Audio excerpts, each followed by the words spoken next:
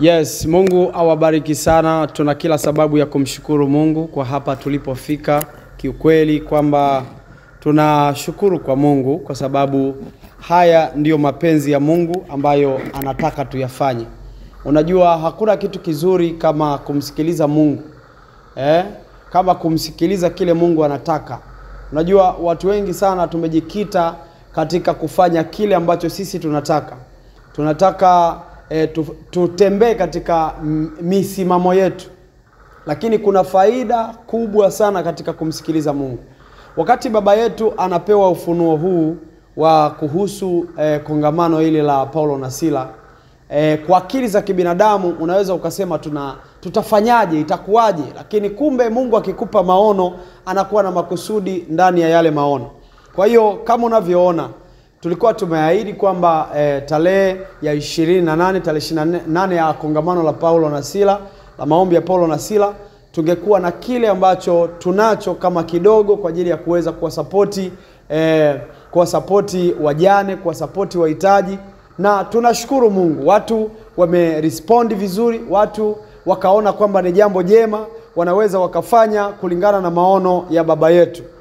Sasa tunashukuru Mungu sana kwa sababu hakuna kitu kizuri kama kukuwa na maono yakatimia. Hata kama hayajatimia kama yale sana ambayo ulikuwa yataka, lakini kwa sababu mwangaza umetokea, tuna sababu ya kushukuru Mungu.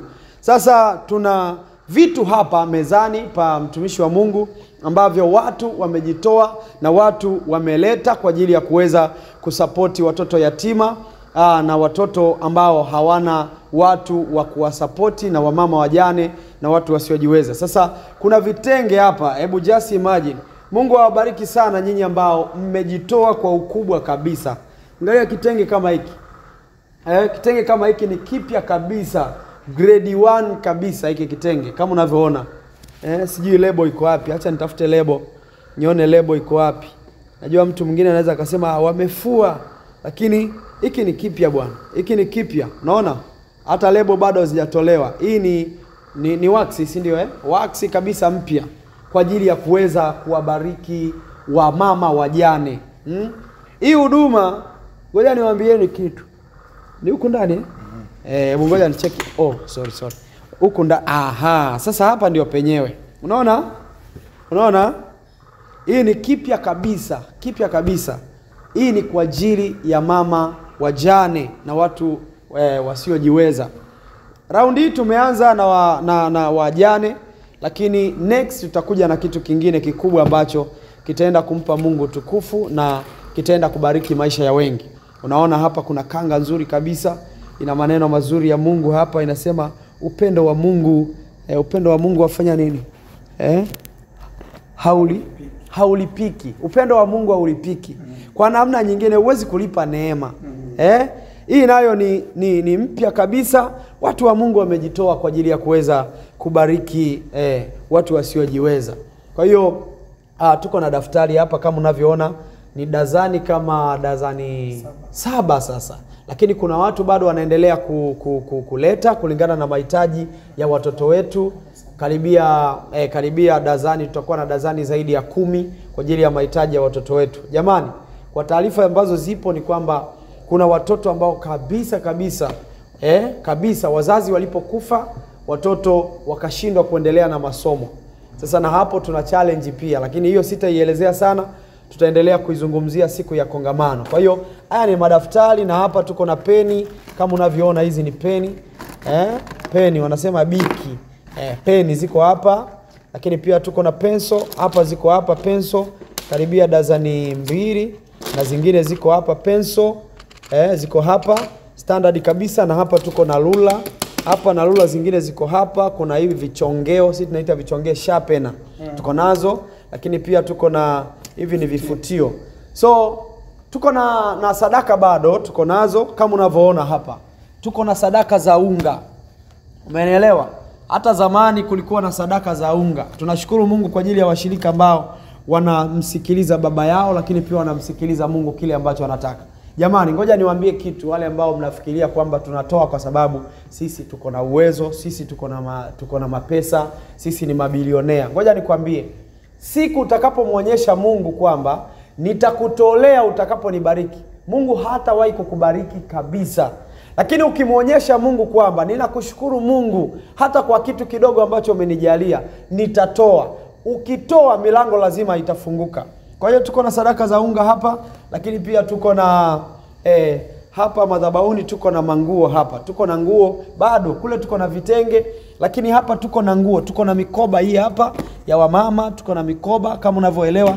Ni vizuri sana kutoa faraja kwa wamama, kwa wamama wajane. Sio kwamba eti mtu kuishi maisha ngumu. Unaona? Hizi ni manguo. Hizi ni nguo, hii ni mikoba.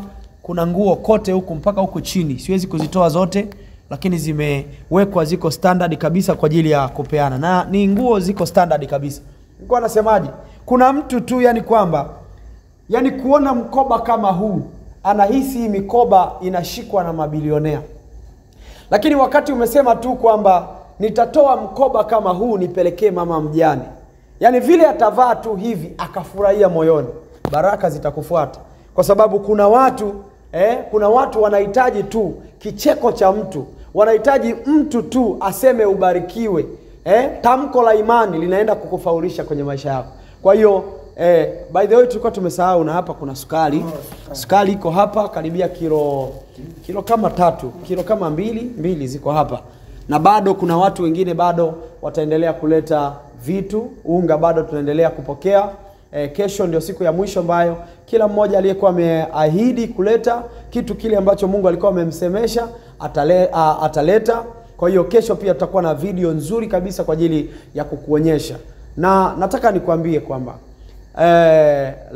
last time Mungu alitupatia ufunuo wa twende pamoja tukawape tabasamu. This time Mungu ametupa ufunuo mwingine. Unajua Mungu anapokutoa kwenye eneo fulani anakupeleka kwenye eneo lingine, anayapanua maono. Kwa hiyo ngoja nikwambie kitu. Hii ni muendelezo wa mambo mazuri ambayo tutakwenda kuwabariki watu. Niseme kitu cha mwisho kwamba make sure katika hii dunia, kabla hujaingia kaburini, uhakikishe unasababisha tabasamu, unasababisha mtu mmoja kupata furaha kwa ajili ya maisha yako. So Mungu akubariki sana. Unaona hapa tuko kanisani hapa. Tupo kanisani, ni usiku hapa sasa hivi, lakini bado tupo katika kuandaa kongamano la kimataifa kabisa. Kama unavyoona hizi ni flagi. Kama unavyoona hizi ni flagi. Hizi ni flagi tayari zimeshawekwa kwa ajili ya maandalizi kabisa ya maombi ya Paulo na Sila.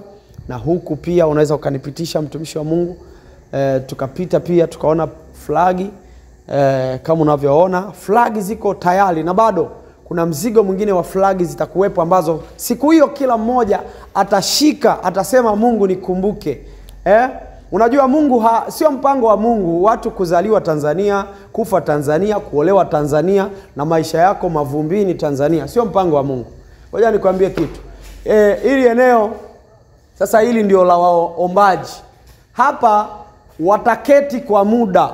Hivi viti wataketi kwa muda wakisikiliza neno ambalo litatupeleka kwenye maombi ya nguvu. After hapo kusikiliza neno, hivi viti vyote vitatolewa viwekwe upande. Huu ukumbi wote utakuwa ni ukumbi wa wana maombi, wakipambana juu ya hatima zao, wakipambana juu ya maisha yao, wakipambana juu ya nafsi zao zilizokamatwa kwenye magereza. Kwa hiyo niko sure kabisa kwamba wewe ambaye utakuwa pamoja nasi katika live YouTube zetu, utaona vile mambo yatakavyokuwa, na tunaamini kwamba Mungu atakwenda kukuhudumia hata wewe kule uliko. Na niseme tu kwamba kwa wale ambao wanaguswa, wanasema kabisa kwamba mimi niko mbali, lakini nina nguo ninaweza kuituma kwa njia ya M-Pesa. Nina sabuni na uwezo wa kuituma kwa njia ya M-Pesa. Nina unga na uwezo wa kuituma kwa njia ya M-Pesa.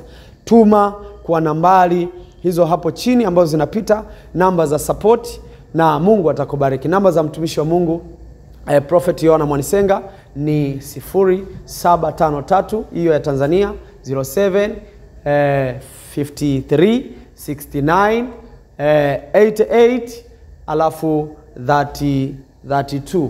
na Mungu atakubariki. Alafu za Safaricom zote zitapita hapo chini, utakwenda kujiungamanisha na baraka hizi za Paulo na Sila. So Mungu akubariki, niseme sina la zaidi. Hii ni Upako TV nikiwa katika madhabahu ya Bwana, na mimi ni Pastor Ayubu Arnold Mwanisenga. Barikiwa sana. Shalom, shalom.